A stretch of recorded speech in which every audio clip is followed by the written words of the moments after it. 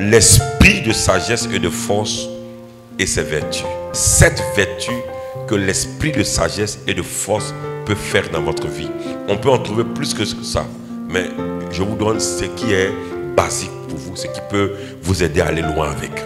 Alors la première vertu, c'est que l'esprit de sagesse et de force nous donne l'accès aux révélations des secrets du roi. Quand je parle des secrets du roi ici, je parle du secret des hommes, le secret des gens élevés, les secrets cachés. Parce que ce que vous ne savez pas, l'esprit de sagesse a la capacité de faire des révélations. Sinon, il fait des révélations. Il révèle des choses secrètes. C'est pourquoi dans les dons de révélation, vous allez voir le don de la parole de connaissance, le don de la parole de sagesse et le don du discernement. Donc c'est un don qui permet de révéler des choses cachées, profondes, mais avec des précisions inouïes.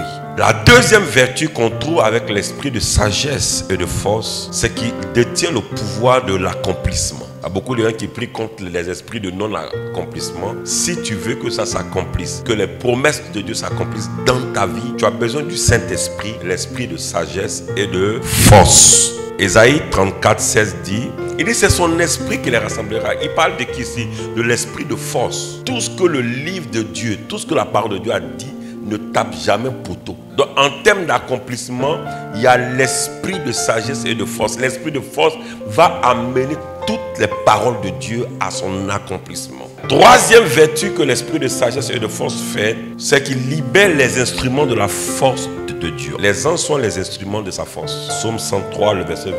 Alors l'esprit de sagesse et de force libère, il met les anges au travail pour exécuter la parole de Dieu. Donc l'esprit de force a le pouvoir de relâcher les anges. Sinon tous les anges dans leur famille rassemblés forment l'esprit de force.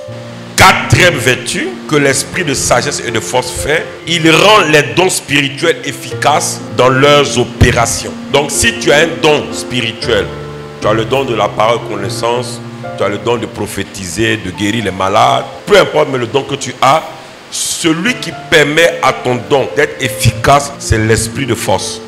Dites-moi amen et j'avance.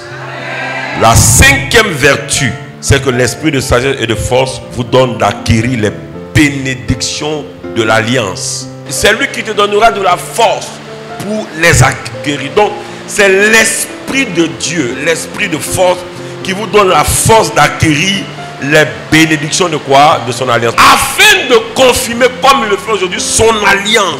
Donc, les bénédictions de l'alliance viennent en manifestation par l'esprit de Dieu, l'esprit de sagesse et de force. Sixième vertu, c'est que l'esprit de sagesse et de force vous donne de gagner les guerres. Donc ce que vous appelez en général la délivrance, mais les grandes délivrances. Juge 14, le verset 6 et le verset 19. Donc Samson a été saisi par l'esprit de Dieu, mais c'est l'esprit de force. Il a déchiré un lion sans avoir quelque chose à la main. Quand l'esprit de force aussi vient sur toi, ça te donne une force surnaturelle. Et enfin, la dernière vertu qu'on voit pour aujourd'hui, c'est que l'esprit de sagesse et de force, il nous rend puissants en parole et en œuvre. Ici, quand on parle de parole, c'est le logos, c'est-à-dire toutes sortes de paroles. Il nous rend puissants en parole et en œuvre, comme le Seigneur Jésus-Christ. Amen. Donc, Jésus de Nazareth est présenté comme un prophète puissant en œuvre et en parole. C'est pourquoi Jésus révélait des choses secrètes. Il avait toutes les 7 fonctions en manifestation lui. Mais chaque manifestation était utile pour un besoin précis.